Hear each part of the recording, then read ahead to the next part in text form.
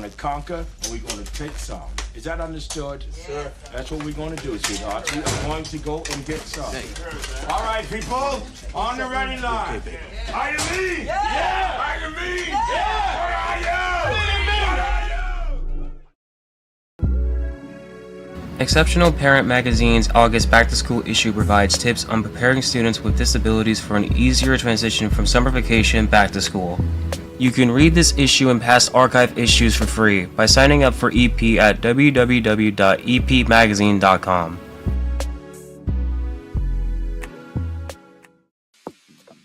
Monotony. It comes in all shapes and sizes. Dull, tedious, just plain boring. But what is this? A contender, perhaps? Something unboring by the looks of it. Jabs right at dull, an uppercut to tedium, something that keeps you on your toes, keeps your head on a swivel, a knockout punch to your old, boring workouts.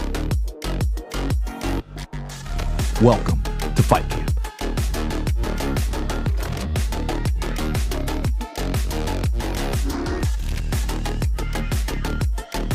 Oscar Mike Radio is a proud podcast partner of REITs Across America Radio, heard every Thursday at 11 a.m. and Sunday at 8 a.m. Eastern. They're also big supporters of the nonprofit I Got Your Six, Two Lives at Once. And with every wreath you sponsor through Oscar Mike Radio, $5 goes back to this great organization dedicated to making a difference in the lives of veterans, law enforcement, firefighters, and first responders battling PTSD. Two Lives at Once pairs these brave men and women together with dogs rescued from kill shelters. In this way, two lives are saved at the same time by saving each other. Donate now. Go to REITsAcrossAmerica.org/Oscar Mike Radio to help. That's REITsAcrossAmerica.org/Oscar Mike Radio.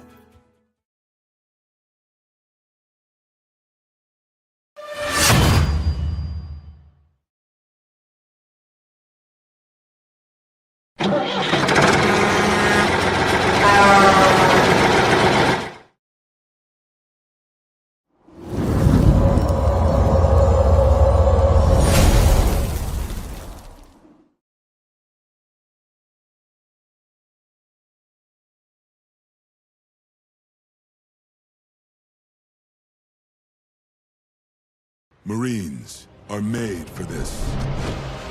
Made for the calling only warriors can answer.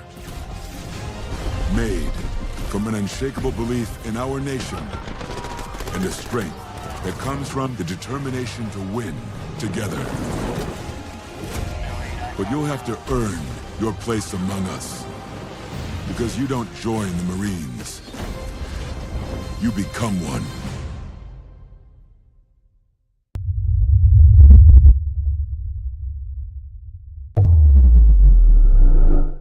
Hello and welcome again to Oscar Mike Radio as we count down to number 500. My name is Travis, Marine Corps veteran and your host.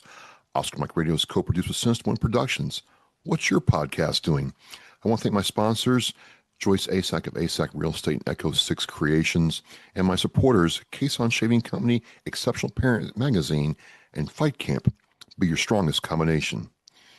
We're rolling through here. Yes, we are counting down to number 500, and I got another author here with a really cool, interesting story. We met about 8 months ago, so I'm gonna let him get into all of that. He is Eric Hummel, submariner and Air Force veteran who's served in many different ways and has written the book, The Losing Game: How to Lose War and Fail Veterans. Eric, welcome to Oscar Mike Radio. Well, thank you very much for having me, Travis. Yeah, you can tell by that title, it's a love story. Well, I mean, it wouldn't be any other way, and I'm glad we get, something other than, yay America, which I'm all about being an American, yay, but this is a different kind of story. We met at Military Creator Con in Orlando, Florida last January, and got to talking, and you presented about your book and your story, and you do all kinds of cool stuff. And we'll try to get into all that. But, You have a very interesting military story too, Eric. So I want to know if you'd start there for me. Well, yeah, it's convoluted. Basically, what it comes down to, just in a real quick nutshell, enlisted Navy, submarine guy, Cold War, finished up an enlistment. Turned out I really didn't like living in a tube with 100 other dudes. All right. I mean, for some, it's awesome. Glad I served, but time to move on. Stayed in Navy Reserve, was a Seabee for a while, so I got to play with your brethren in the Marine Corps and then made the decision. Actually, was a former soldier who convinced me to join the Air Force. He said the magic words. You ever see the way those guys live? And so, yeah. So at that point, I was in grad school, had to make some changes in my life, still in the Navy Reserve. So I had about 9 years of active and reserve time in the enlisted Navy when I got my commission in the Air Force.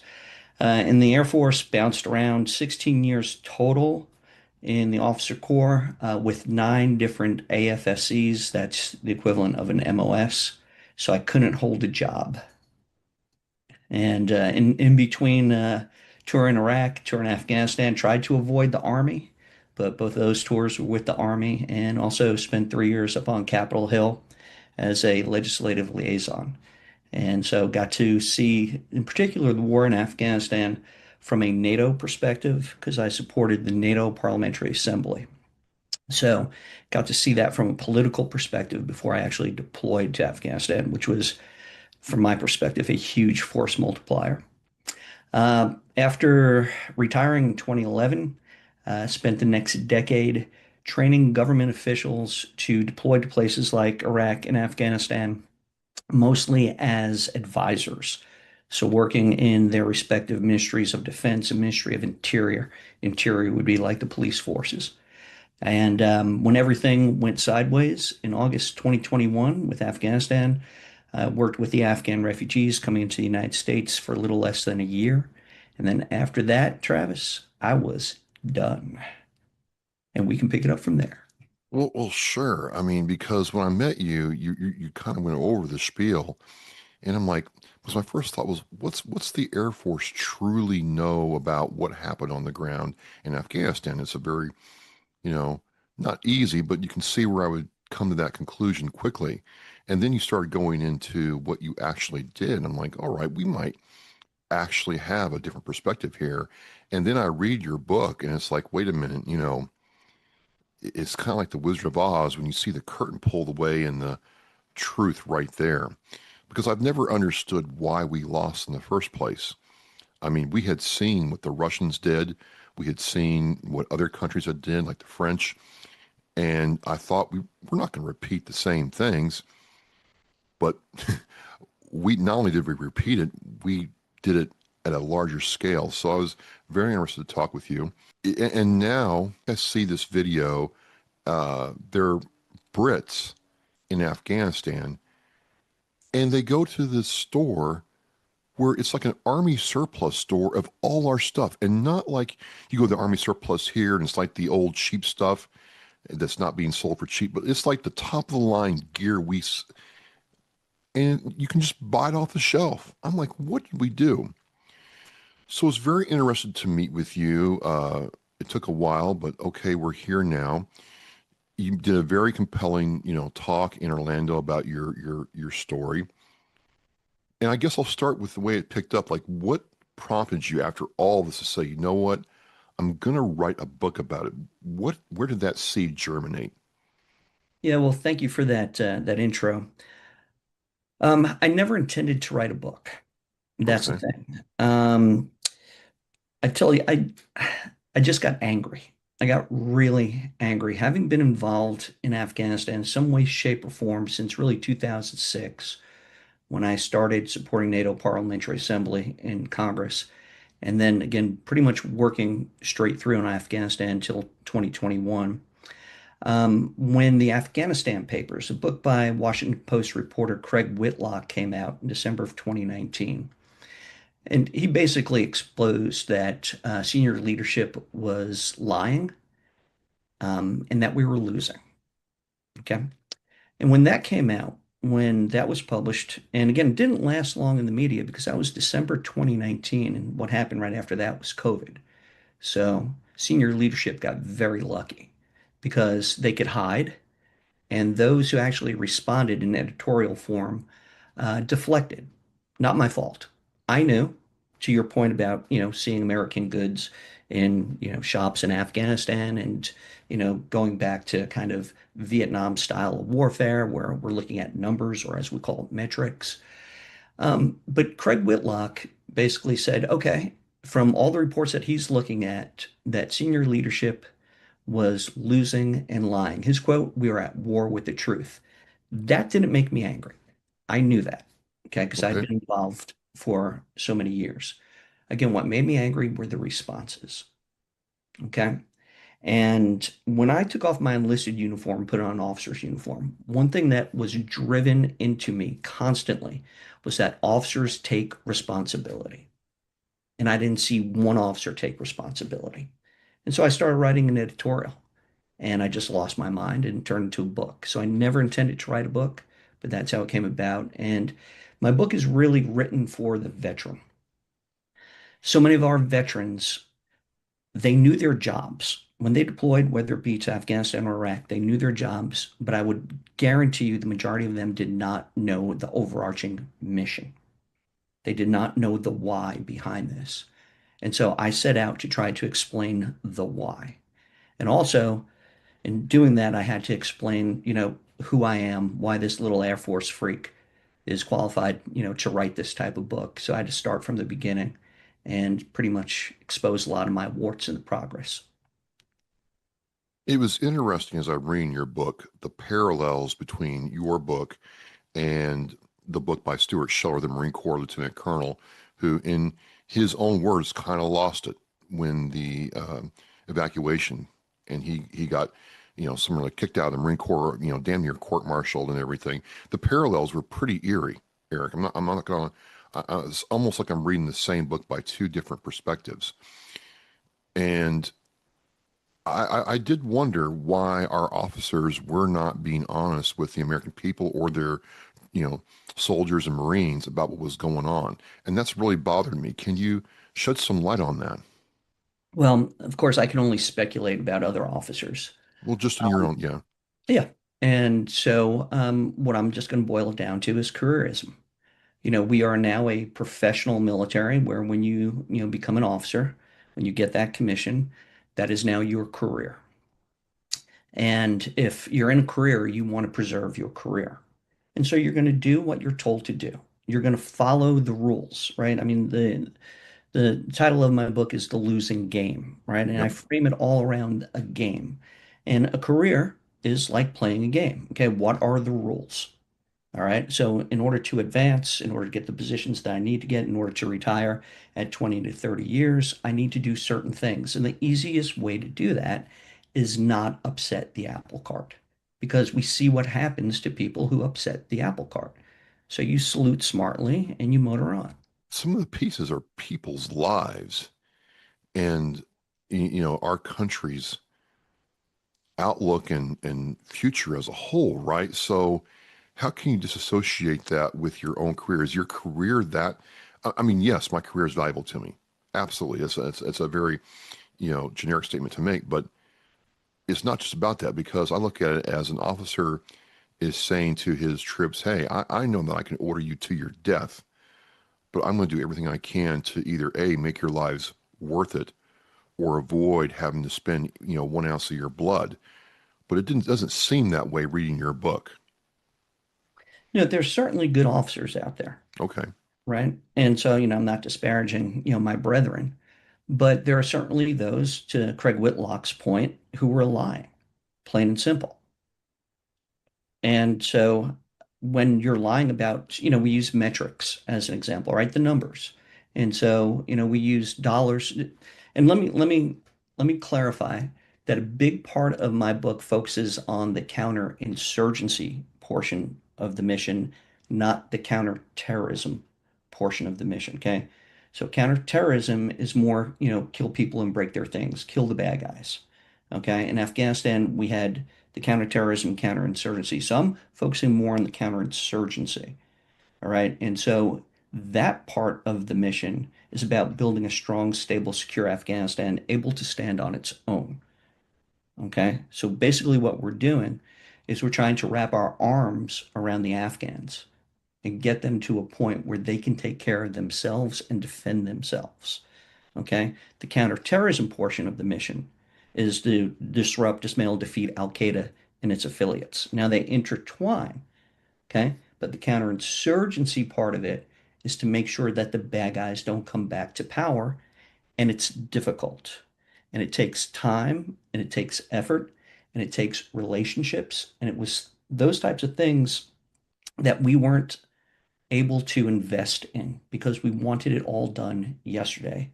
And we have a leadership mindset, or I should say a military mindset, where we still believe that we can kill the bad guy and achieve victory. In some cases, that's true, but not in a place like Afghanistan. Well, I was going to say, you're talking about a place that's been around for thousands of years, the tribal fuel system for thousands of years.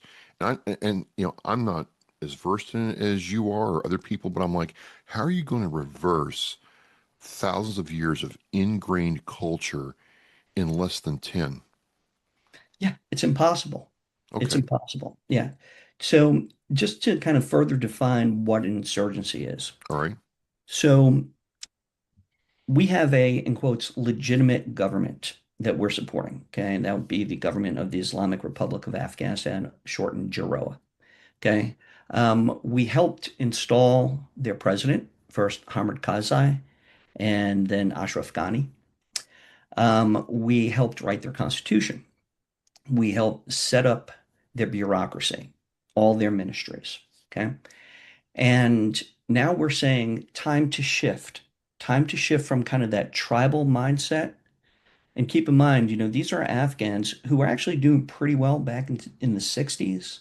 And then when the 70s, late 70s rolled around and the Soviets got involved in Afghanistan, that's when things really kind of devolved. And now you have Afghans not only fighting against the Soviets, but when the Soviets leave after 10 years, the Afghans start fighting each other because there's a vacuum of power. And it just regresses, regresses, regresses. You take something as simple as education. I say simple, it's actually very complex. We take education or formalized education in this country for granted. It's just something that is. In a place like Afghanistan, with all the warfare over the years, education goes away, all right? Because you are focused on survival. And so now we're rolling in there with Western bureaucratic, perspective, saying you're going to be like us. That's how we're going to counter the bad guys, right?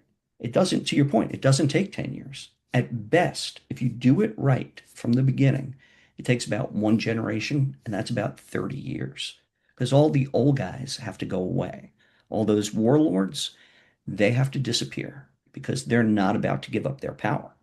And so when we go in there with this American mindset of we're going to plant the flag and say mission accomplished, okay, good luck, but it ain't over. One thing that's always bothered me is how the Taliban were able to just almost flip a switch and completely take over again. And your book kind of goes into that, but for our watchers and listeners, it just seemed like even after I read it, and I read it in several different places how they did it, it still boggles my mind. Either we were very blind to the situation, or we did not understand our enemy. And I can't get around that part of it, Eric. Mm-hmm. Yeah, understanding the enemy. So, and the enemy it's complex in a place like Afghanistan, and I think I need to just kind of back up a little bit and kind of give your listeners and viewers kind of an idea of kind of how I got into all this. Again, being an Air Force guy, right? Because I'm sure that your listeners and your viewers are like, okay, Zumi, what do you know about this stuff? So as I mentioned, spent 3 years again supporting NATO Parliamentary Assembly when I was a legislative liaison to Congress, and so each branch of the services have a small group of folks who are working on Capitol Hill with the 435 members. Okay.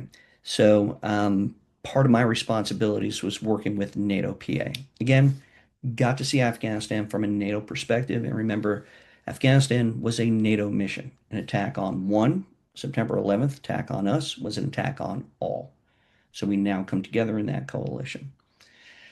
So I had the luxury of traveling with members of Congress and going to meetings with gentlemen like General David Petraeus, right? I'm fly on the wall. I'm sitting in meetings with the ambassador to Afghanistan. I got to meet Afghan government officials, right? And so we're doing what's called congressional delegations traveling to Afghanistan, also Iraq and other places. So that's when I get to see it, firsthand.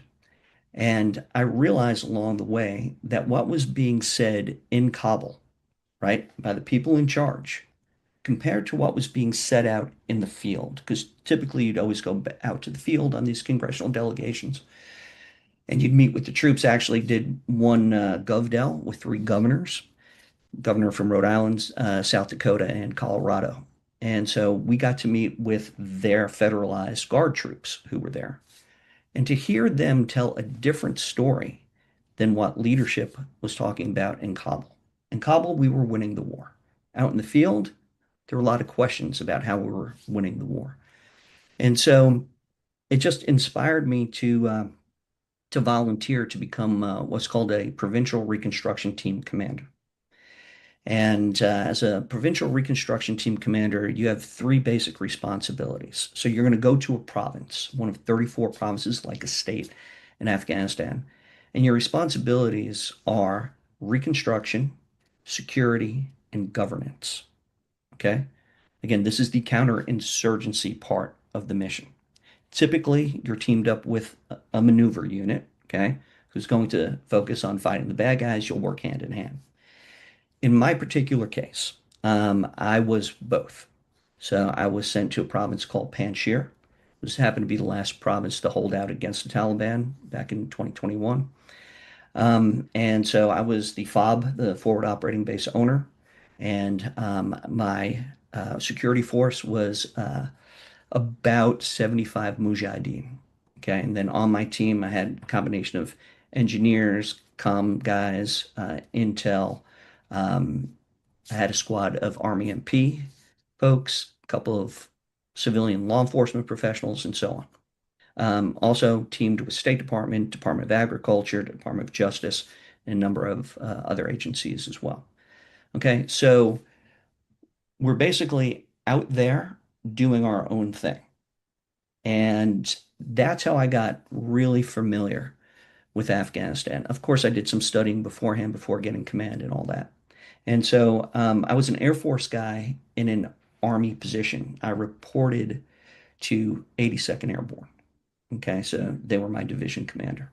And so here's this Air Force guy now playing Army. And I also played a little Army in Iraq as well. So because of that situation, my 3 years prior, my year as a provincial reconstruction team commander / ground battle space commander, I got to live it and I got to make it up as I went along. Okay. And we can talk more about that if you're interested. Well, I am interested because I've always tried to understand what the prototypical Afghani is like. Did they really want freedom? Did they really embrace something newer or better? Or were they just biding their time, waiting us out all along? What was that like, doing that job and working with the Afghani people? Yeah, so the Afghans are complex society, all right? Okay. Because you have to remember that they didn't form their own country, right? That country was formed by Great Britain, part of what was called the Great Game, and the power between India and what's currently Pakistan and what's currently Afghanistan. And so you have two separate and distinct languages in the country. You have Dari and Pashto. Dari is spoken mostly up north, and then of course there are subdialects galore. So Dari is spoken mostly up north in Afghanistan, Pashto down south. So you have the Pashtuns that speak Pashto, and up north you have a combination of different types of ethnicities, from Uzbeks to Tajiks. You have a smattering of course, Pakistanis in there. You have a smattering of Hazara, and different religions. Also, you have Sunni and Shia Muslims in Afghanistan. So the typical Afghan, there isn't, to answer your question or to try to answer your question. And so that's why it's so important when you go into a place like Afghanistan, you understand who and what you're dealing with, and you're taking time to understand the situation. Because if you don't understand the situation, then you're set up from failure from day one. And so that's why I know you're a Marine, and the Marine, their mindset is adapt and overcome. Okay. Whereas the Army likes to shape the environment. A little different, right? And Yep. so a place like Afghanistan, I think the Marine mindset is a little bit more, applicable. You have to understand what you're getting into. You have to understand the people that you are dealing with. Okay, this is a high context society. And so it's a society where relationships matter. You have to take the time to get to know the people. Okay, and you have to be honest. Okay, they are experts. It's broad brush now. Okay. Again, to define an individual Afghan as this, that, and the other thing, I'd be lying to you. But broad brush, they are experts at reading you, Hmm.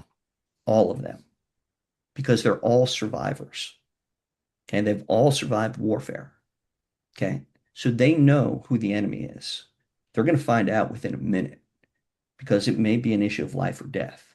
So if you go in there with a typical kind of hubristic American attitude, okay, that's nice. They'll play with that.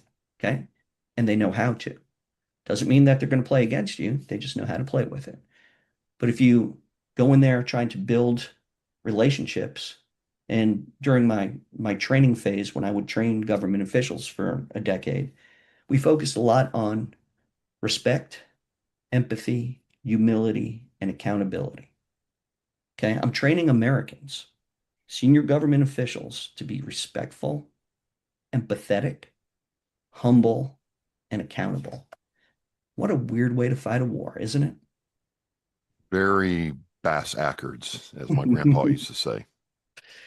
And it's just to survive and be able to function in that type of environment, you have to have those attributes.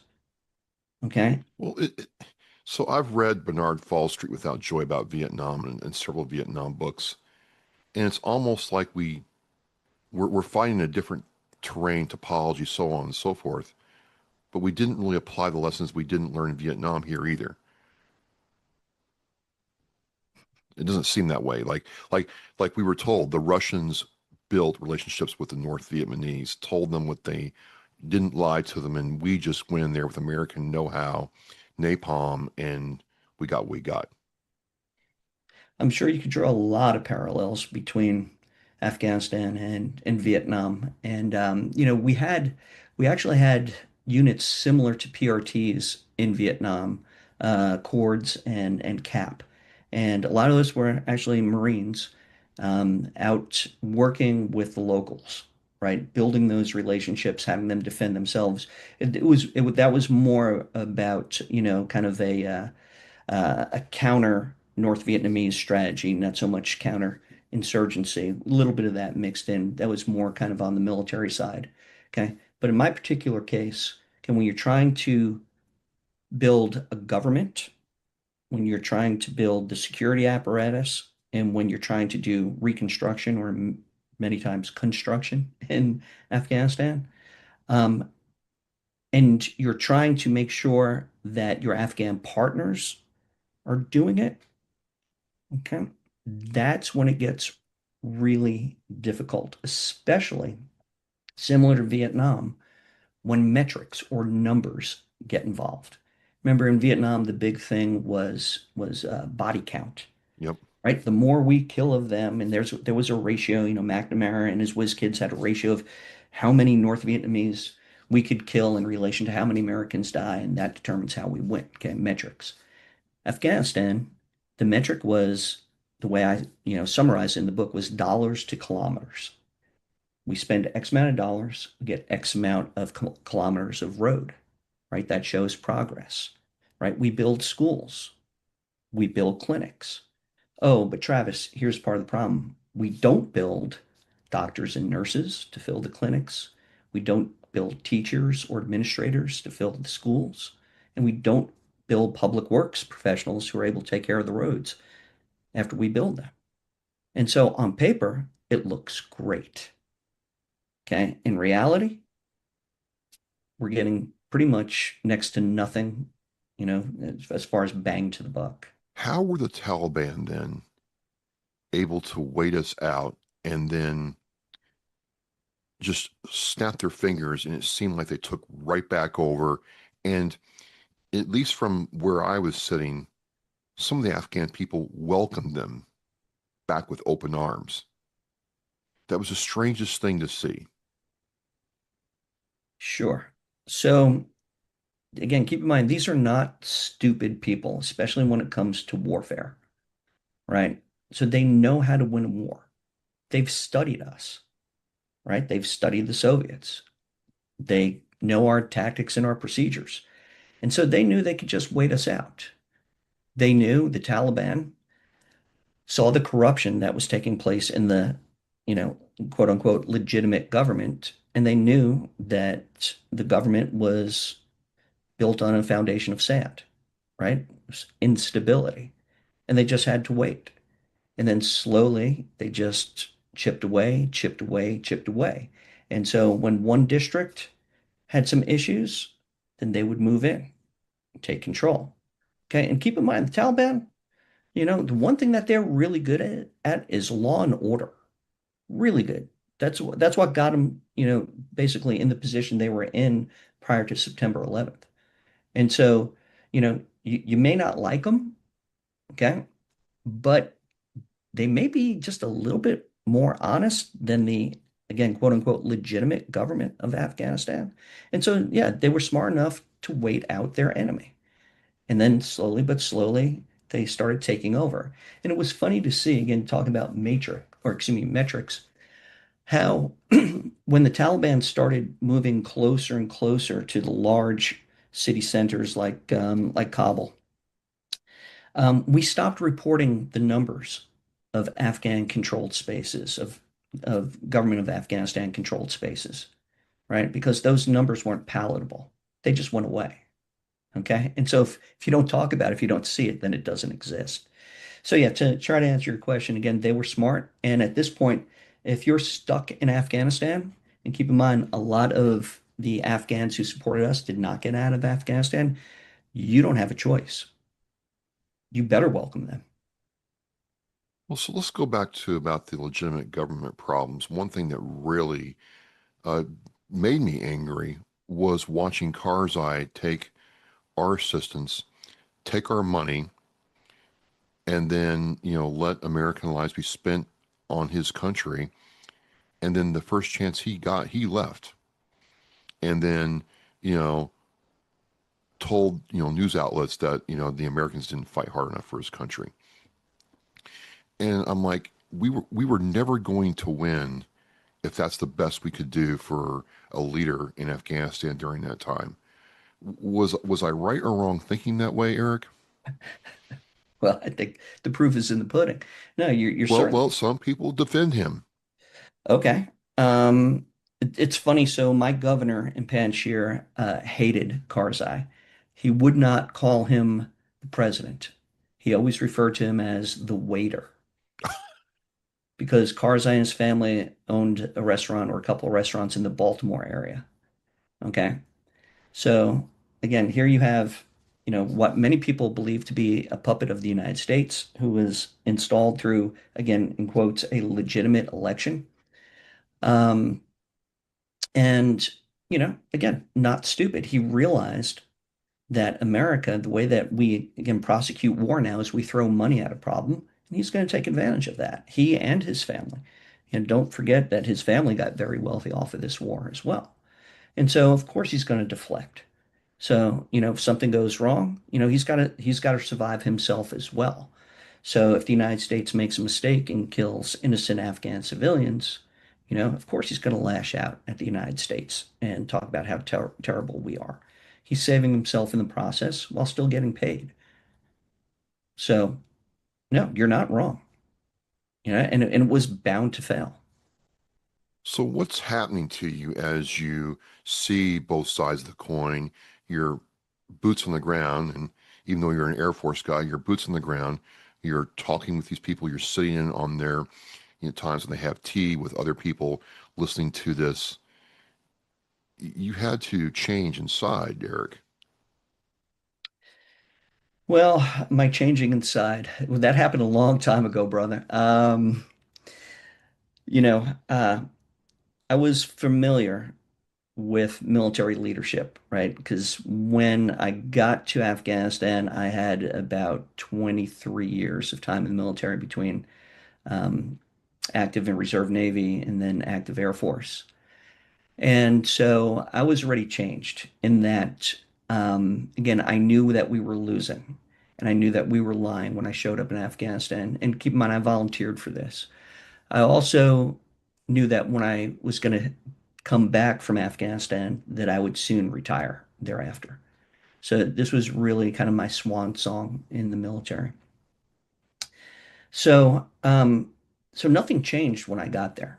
I was already changed. And I had my own perspective coming into it. I was going to do what I wanted to do. Now, my command didn't exactly like that. And just to give you an example, so I mentioned the dollars to kilometers, Yep. the construction of the roads in Afghanistan. And again, this is how we're basically reporting back to Congress saying we are successful. And when I got to Panjshir, I noticed that a lot of homes that lined the main valley road, and keep in mind we're up in the Hindu Kush Mountains, so everything is very tight, right? Any type of, flat or arable land is already in use, and we are now building this road to American specs. So in some cases, it's only 3 meters wide, existing, kind of like a dirt Jeep trail, and now we're expanding it to 10 meters wide. 7 meters of asphalt, meter and a half of soft shoulder on each side. And so when you expand like that, you have to take people's property. All right. So in America, we call that eminent domain. Right. Yep. And whenever you take somebody's property, you have to compensate them. It's the law. And so when I showed up, I saw these busted down houses and everything. And I honestly, my first thought was, and what I asked was, oh my God, when did the battle happen? How come I didn't hear about it? Right. And it's like, oh, no, no, no, this is just construction, just building the road. And so I have a little academic background in city and regional planning. And so my question was, um, okay, so the people are being compensated. And the answer was, I don't think so. And this is from the Americans. I don't think so. Okay. And then that was in my pre-deployment site survey. And so I already formed in my mind before going over there that we're going to get these people compensated because I looked at the Afghan constitution. Lo and behold, property is immune from invasion. It cannot be seized without proper compensation. We wrote or helped to write the Afghan constitution. And one of my lines of effort is the rule of law, and we're violating it willingly. And just think about that for a second, Travis. Okay, so you're up in Massachusetts, right? Yep. Okay, state of Massachusetts knocks on your door and says, Travis, we're going to build a road through your front yard. Okay. Get out. Just get out. And of course, you're going to ask, well, you can't do that. You have to compensate me, right? There's a process. No, just leave. Okay, this is how we are winning, or were winning, in quotes, the war in Afghanistan. How would you feel if the state of Massachusetts told you to get out of your house, zero compensation? Well, I wouldn't look at you as my saviors, and I would sit there and say, well, the Taliban can't be that bad after all. I mean, look at what these guys are doing. Thank you. Okay, but that's what we were doing. And so when I stopped work on the roads, okay, my command, my Army command lost their minds. All right, because I am slowing down progress. Right. And I said, no, Progress is getting these people compensated for the taking of their property, right? I mean, they sent in a helicopter package to Panjshir, picked me up. I took my Army First Sergeant with me back to Bagram, where they threatened me. Okay, and had guys in the room with stars, eagles, lawyers, Army Corps of Engineers, and yeah, they flat out threatened me, basically saying you don't have the authority to do this. And I said, I believe I do. It's called the law, and one of our lines of effort is rule of law, right? And then it got down to the point where they basically threatened me with a bad promotion evaluation. And Travis, I couldn't care less because I was going back home and retiring from there. And also, what they didn't realize is that I had friends back in Congress. Okay. I knew the president of the NATO Parliamentary Assembly. And so, if anything got super stupid, then really I felt that I could just make one phone call. And so I didn't acquiesce to their threats. And actually, I left that meeting feeling even more engaged. And when all was said and done, this was difficult because we then took the Afghans and they led the way. All right. The responsible parties, the governor, the sub-governors, okay, the ministries of social services and others, and chiefs of police, they all got involved in doing damage assessment surveys and working with the contractors, the road contractors, to compensate the people. So the American taxpayer didn't pay any more money in this, and the government actually did their jobs. Okay. Now, did it take longer to build the road? It did. But I would argue that the governance portion of my mission was somewhat accomplished. Okay.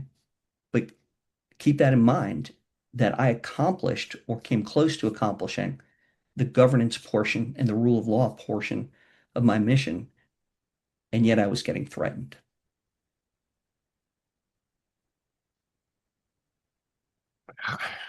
At that point, you didn't care, but you can't be the only one that had those, you know, what's the West Point saying? Do the harder right versus the easier wrong, I believe is what the term is.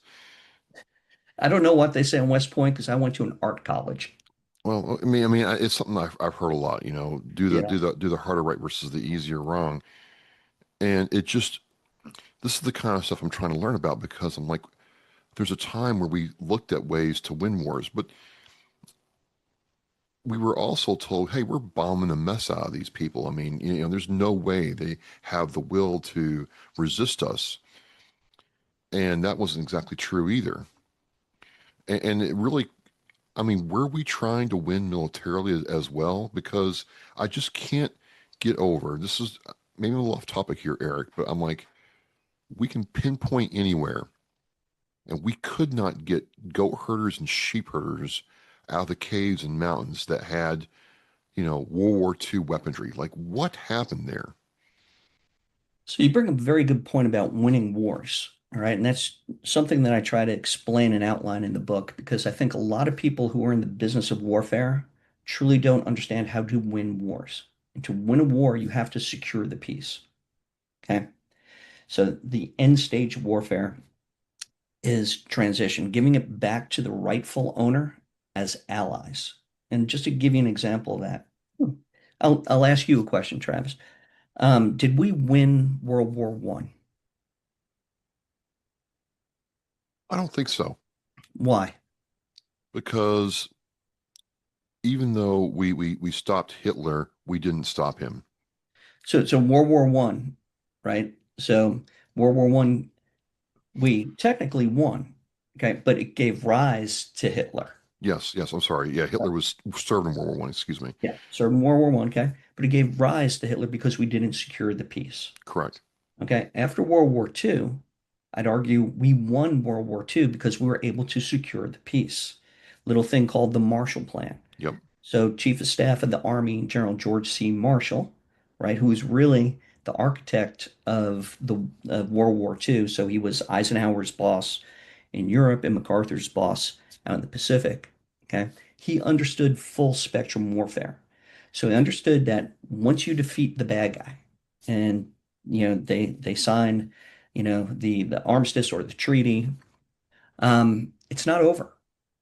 Okay, and so Marshall Plan Not only, we think about Marshall Plan in Europe, we say, oh, he rebuilt Europe. That plan rebuilt Europe. And what it did was it rebuilt the economy.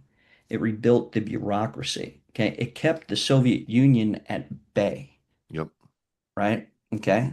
And it secured the peace. By the way, Marshall Plan also created NATO. Okay. Helped secure the peace. Travis, that is the hard part of warfare. Killing people and breaking their things, relatively simple, and man, we are good at it. The best the world has ever seen. But it's securing the peace that's hard because we don't practice that. Is that why too? Once we had Japan sign the treaty, we helped helped rebuild Japan, and it was seen, it was kind of like really weird. I remember reading newspaper articles like, why are we doing this? And then years later, it was another new enemy to fight. They were at peace with us. They were an ally. Is that the reasoning behind that? Absolutely. Yeah. Absolutely. Yeah. And to your point though, there were a number of people who were against all of that at the time, right? How can we do something nice for the enemies? We should punish them. If you think about just the history of warfare, most of the times after you defeat your enemy, you do just that. You punish them. You enslave them. You take their material wealth, right? You take their land. Okay. If you go back to Lincoln, right? His second inaugural address towards the end of the war in 1865, he starts his last paragraph with malice towards none and charity to all. What he's telling the country is when this war ends, we are not going to punish, right? We're going to bring the South back into the fold. Reconciliation, repatriation, reconstruction. Okay. That was unheard of at the time, right? George C. Marshall understood that. We are not going to punish. And so in a place like Afghanistan, again, so the Taliban's bad because they allowed bin Laden to operate from their territory and then they wouldn't give him up. Okay, got it. Now we're going to go after you. We're going to go after bin Laden, all justified. Okay, but now what? Tell me how the story ends. Okay, give me the mission. And I go back to the Afghanistan Papers, that book by Craig Whitlock, and he makes it clear in the book that senior leadership, all the way up through the White House during numerous administrations, could not define the mission. Okay? I'm sorry, but that's why you get paid the big bucks. You have to define the mission, even if it hurts. And what I mean by even if it hurts is, can you imagine President George W. Bush addressing the American people early on in the war and say, um, mission is not accomplished. This is going to take 30 years, America, to make sure that Afghanistan will become the United States ally. And it's an important ally because just look at the map. It's surrounded by Iran on one side, Pakistan on the other side, all of these other stands on top of it with a little sliver of China. It's an important location. And that's where obviously terrorism breeds. Are you with me, America? 30 years. Automatic no, like There you go. Okay. So we're lacking a strategic mindset, I would argue, right? Everything has to be for a soundbite today, right? well, And we lack this vision. just educate me here. What if we had just gotten bin Laden, took him out, and said, mission over, we're done, we're pulling out, we've accomplished the mission, and left it alone? Was that ever an option realistically, or was that just wishful thinking? If that was the mission, you define it as such, you accomplish it, okay, game over. Yeah. Right? But we had this perspective that we could build, these bright shining stars, in Central Asia, and then of course in Iraq, so Middle East. And when you have that vision without the ability to accomplish it, and at the same time incentivizing the wrong things, okay? Again, like spending money. It's not about spending money. It's actually just the opposite. If you can accomplish governance, security, and to some degree reconstruction without spending much money, meaning that the rightful owners are doing it, right? In places like Iraq and Afghanistan, that's how you accomplish victory, or one aspect of it, because the people are doing the work in partnership, right? Maybe with mentorship from their partners, and that would be us. And that's where the relationships come into play. I've heard it say, nobody cares what you know until they know that you care, especially in those places in the world. You do the book, you publish it. What was the initial reaction, or what were you hoping people would get out of it when they read it? So I wrote it primarily, again, for the veteran, because I know there are a lot of vets out there who are still suffering in a big way. And I know a portion of that suffering is them, again, not understanding what they did and why they did it. Their leadership never explained it to them. And so when something traumatic happens in that type of scenario, and you have to live with that for the rest of your life, how do you make sense of what oftentimes seems to be senseless?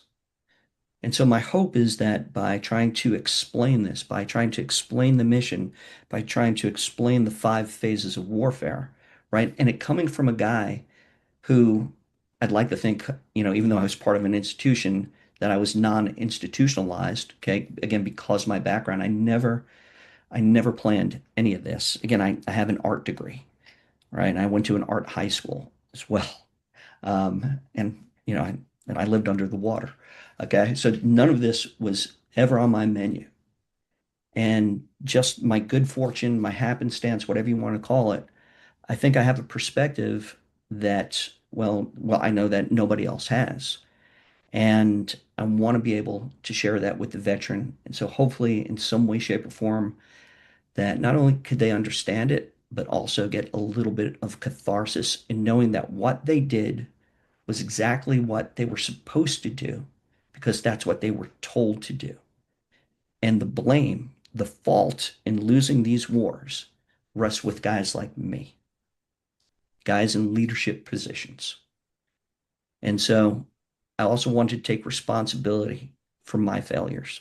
But you're owning the failure now. I guess my last couple of questions would be around is you understand that you perceive that you have failed, which I wouldn't say you have, because you're one of the few officers who actually, like, Lieutenant Colonel Scheller actually said, hey, you know what, we've messed up. But like him, I would ask, what can we do to change this so we can be more like Marshall and win and stay winning?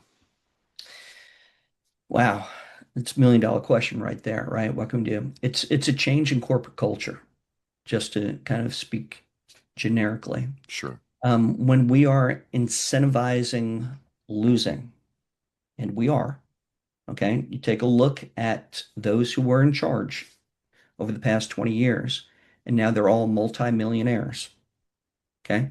So we've incentivized losing, okay? If that is the corporate culture that we are now saying works in some way, shape, or form, then nothing's going to change, right? And so I'm not saying burn it down. I'm saying get back to the core values of what it means to be an officer. Start taking responsibility. Again, this is, and I'm not bragging here, but my book is the only book that takes responsibility for failure. That's insane. We lost these last 2 wars.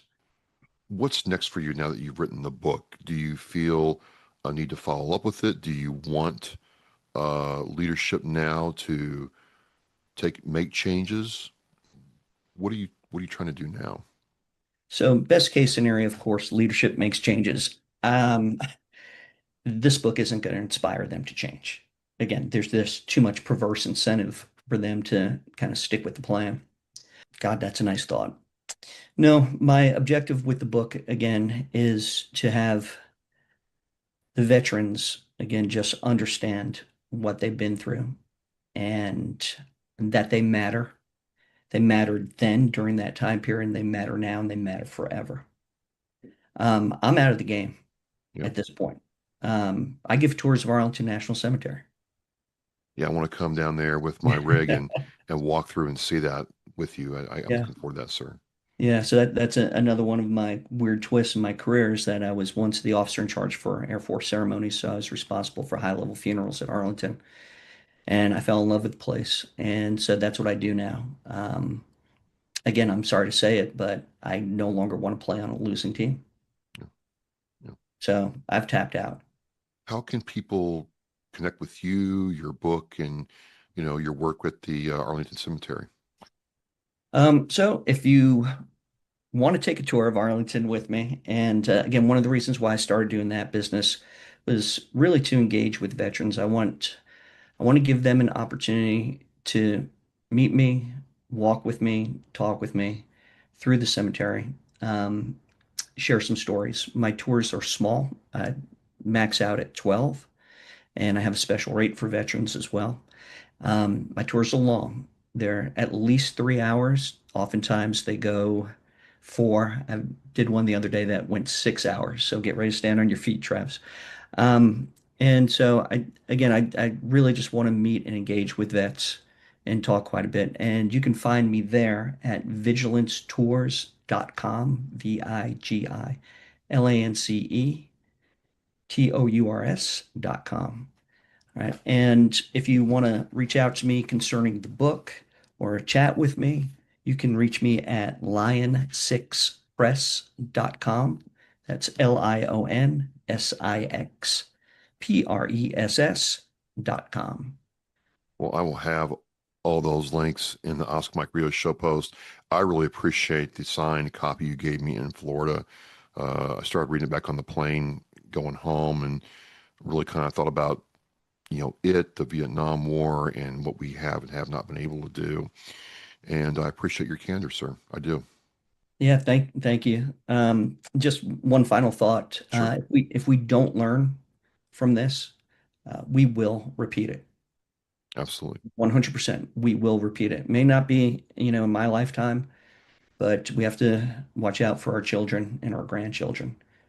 Again, because, actually, you being a Marine, are you familiar with this book? Yes, I am. And I'm told I'm a traitor for reading it, but I'm like, it was a real eye opener because he was considered, in boot camp, we learn about him. Mhm. They never mentioned that part of him. Yeah. And Two-time then I Medal found of out Honor why. recipient. War is a Right about racket. war is a racket. That's exactly right. Yeah. A lot of money is made off of having bad men out there. Yep. Right. And so another thing we need to be aware of, something that Eisenhower warned us about when he left office back in 61 about the military industrial complex. And we don't win wars with tanks, bombs, and airplanes. We win wars by securing the peace. Yep. Yep. Well, Eric, thank you so much for spending time talking with me. I look forward to seeing you in person soon when I get down to DC and check out that tour, and then we'll talk again. But I really appreciate your wit, your candor, and just laying this out for me so I can understand the gaps in what I read. I appreciate you. Thank you, Travis. I really appreciate you giving me this opportunity. Also, I failed to mention, of course, the book is available on Amazon. Just type in The Losing Game, How to Lose a War and Fail Veterans, or my last name, Hommel, Hommel. I will have that link in the Oscar Mike Radio show post. Ladies and gentlemen, you've heard it here. Go check out the book and get a different perspective on what we are doing as Americans. And Eric, thank you again. All right. Thank you, brother.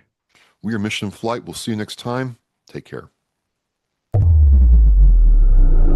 The biggest fear Gold Star families have that their child will be forgotten. We need to never forget freedom wasn't free. It's the fact that they give us the life we have now. We should remember them and give thanks to them. If I can be a part of something today that's going to make the surviving family of any of these veterans, these heroes, feel better tomorrow, then it's worth it. That one wreath symbolizes one family that was able to smile because of the generous donations. To sponsor a wreath and honor a veteran, visit wreathsacrossamerica.org. Thank you for listening and watching Oscar Mike Radio, where our active duty service members and veterans are in action and the mission is in flight. Oscar Mike Radio is an oversized load, Co-Sinister One production.